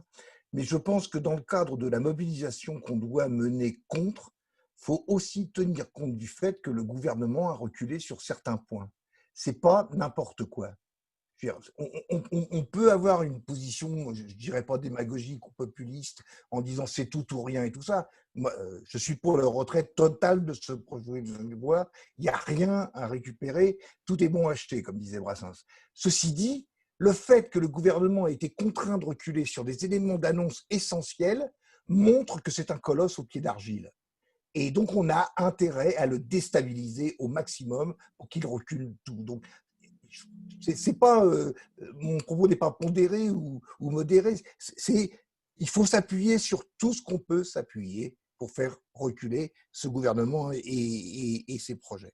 Et par rapport à notre ami de la Ligue des droits de l'homme des Landes, vous avez le Covid, vous avez un pied cassé, vous n'allez pas dire, vous avez 2 maladies, vous en traitez qu'une. Vous avez un problème. Nous sommes dans une situation aujourd'hui où il y a la loi sur le séparatisme et il y a le problème de la sécurité globale. Il ne faut pas faire, c'est le débat qu'on a eu hier soir dans les réunions unitaires avec la LDH, nous ne sommes pas encore arrivés au moment où on peut globaliser les 2 projets de loi en un seul, où il faudrait pratiquer ce que les militants connaissent bien et qui s'appelle la convergence des luttes. En fait, on s'aperçoit que ce sont exactement les mêmes arguments, les mêmes principes, les mêmes intervenants qui luttent contre les 2 projets de loi. Il ne faut pas faire de fausse globalisation. Il y a 2 problèmes, il faut les traiter. Nécessairement, d'ailleurs, on peut compter sur ce gouvernement pour que lui facilite la convergence des luttes et la globalisation des problèmes parce qu'ils s'y prennent comme des manches. Bon. Mais aujourd'hui, on n'en est pas à ce stade exactement précis, même si on voit bien que on abandonne l'article 24 sur la loi sécurité globale, et puis si on pouvait le mettre dans le 18, quand on dirait sur le séparatisme, mais c'est aussi plus plus compliqué. Autre chose, c'est ce que disait Martine Cohen, nous, on n'est pas du tout, la libre pensée, opposée à faire des propositions positives, constructives, essayer de trouver quelque chose. Parce que je l'ai dit dans mon propos, il y a une contradiction absolue dans ce projet de loi. C'est fait pour conforter les principes républicains. Or, ce projet de loi démolit les principes républicains. Alors, donc déjà, il faut mieux le mettre à la poubelle et tout. Donc nous, on est prêts tout à fait à en réfléchir, à faire des propositions, mais il y a une condition préalable, c'est le retrait du projet. Parce que s'il n'y a pas le retrait du projet comme condition préalable pour faire d'autres propositions, ça veut dire qu'on s'inscrit dans la mise en œuvre de ce projet. Et nous sommes contre ce projet. Alors, la solution, c'est ce que font souvent d'ailleurs les syndicalistes à juste raison, hein, quel qu'il soit. Quand il y a un projet gouvernemental qui est mauvais ou patronal, vous le retirez, puis on discutera d'autres choses avec d'autres propositions. Mais on ne peut pas faire si on s'inscrit positivement actuellement dans ce cadre-là, on participe du projet. Il faut le retirer. Deux petites choses. Il a été proposé, comme c'est la libre pensée qui l'a proposé, chacun prêche pour sa paroisse, mais nous allons envisager avec toutes les associations qui ont des représentations internationales au Bureau international du travail, il n'y a pas que les syndicats, l'international de la LP a une représentation, et aussi à l'ECOSOC, qui est la Commission des droits de l'homme de l'ONU, nous allons agir de concert, on va essayer en tout cas, d'agir de concert, tout le monde est d'accord, pour poser ce problème-là au niveau international, contre les deux projets, contre le projet sécurité globale et contre le projet séparatisme, parce que il y a une hostilité qui n'est pas malsaine, je pense, fondamentalement, au niveau international, contre ces deux projets. Alors, c'est des fois un peu la semoule dans la tête de certains, mais tout le monde comprend bien que ce qui est en jeu dans ces deux projets, c'est les libertés démocratiques. C'est la démocratie, c'est la liberté d'opinion.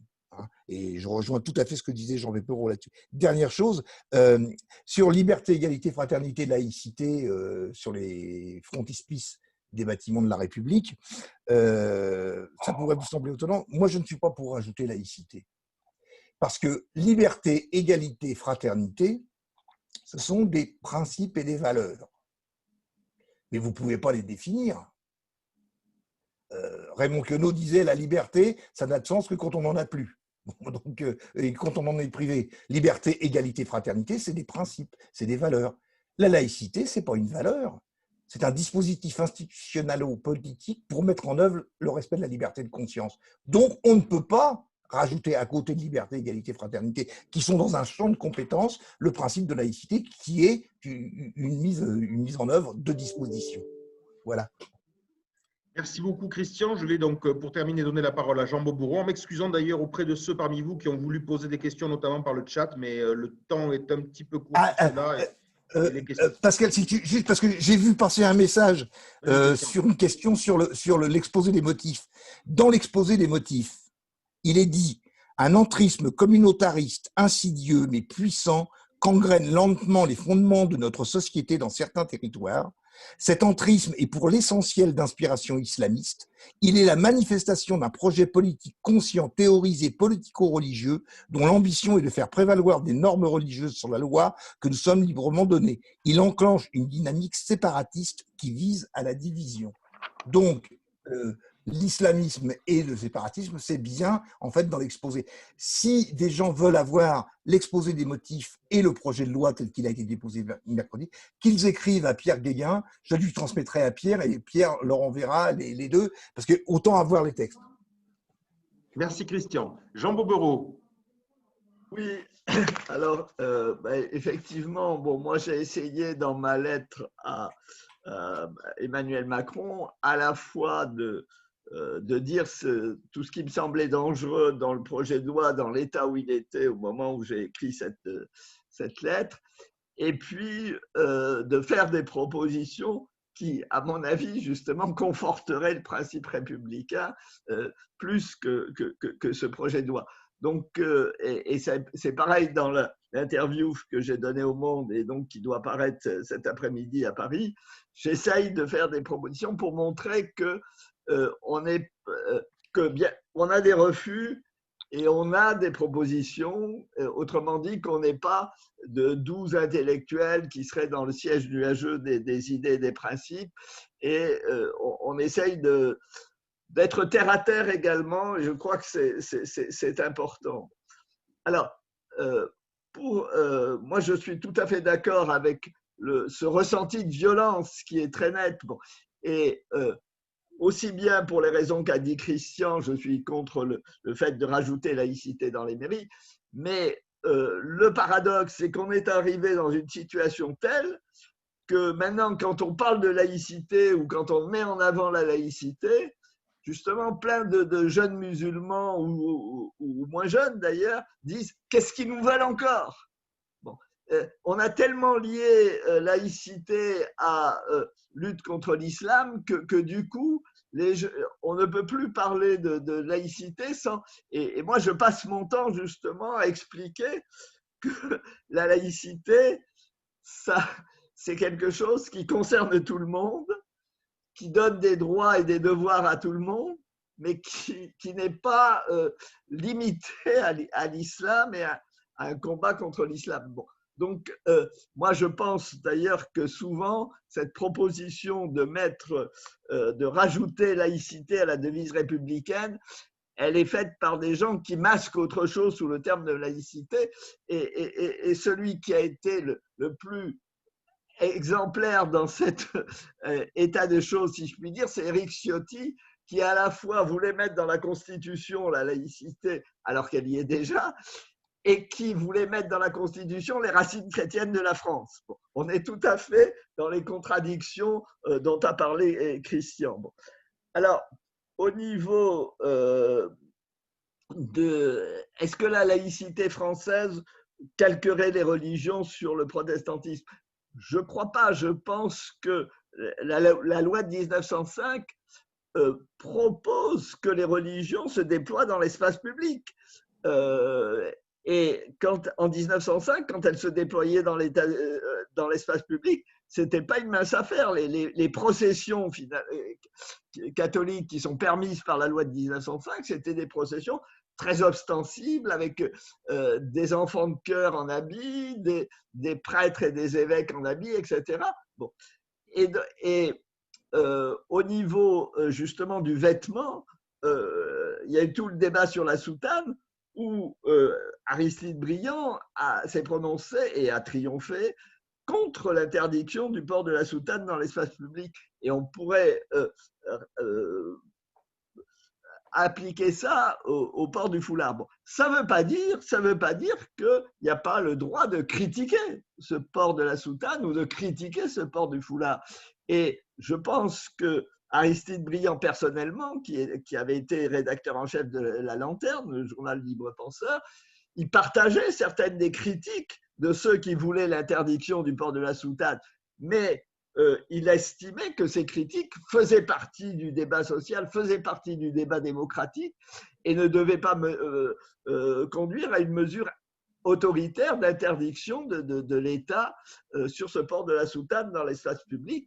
Et en plus, et je crois que c'est aussi important, il disait que ça serait se mettre dans un jeu du jeu du chat et de la souris, puisqu'il disait on peut compter sur l'habileté des curés et des tailleurs pour trouver un autre signe distinctif. Alors, sur le foulard, moi je suis dans la même attitude, c'est-à-dire que je suis contre l'interdiction du port du foulard dans l'espace public. D'ailleurs, normalement, c'est de manière indue qu'un certain nombre de gens essayent d'imposer l'interdiction du port du foulard dans les lieux où il n'est pas imposé. Et je suis d'accord avec Christian que le projet de loi risque une extension de la neutralité qui est anti-laïque. Oui, oui. On veut mettre la laïcité partout et finalement elle ne sera nulle part. Bon. Mais en même temps, il est légitime qu'il y ait un débat sur le port du foulard. Et que les avis puissent être exprimés là-dessus comme sur d'autres sujets. Bon. Et bon, moi j'en ai parlé avec beaucoup de femmes qui portent le foulard et elles sont bien d'accord là-dessus, si vous voulez. Elles ne veulent pas pour autant que le port du foulard soit une évidence qui ne serait pas sujet à critique. C'est sujet à critique comme d'autres comportements ou manière de faire sociale. Donc, c'est ça, semble-t-il, la laïcité telle qu'elle a été construite en France. Et c'est à ça que je crois qu'on peut actualiser aux situations contemporaines. C'est pour ça qu'on peut avoir des propositions à faire. Mais ce n'est pas réduire la religion à la sphère privée. Vous allez manger? Monsieur Pradine, est-ce que je peux vous demander de couper votre micro? Monsieur Pradine, est-ce que vous pouvez couper votre micro? Il faut que ce soit… Pierre, coupe-le depuis le poste d'animateur. Il n'entend rien. Est-ce que tu peux couper les micros parasites?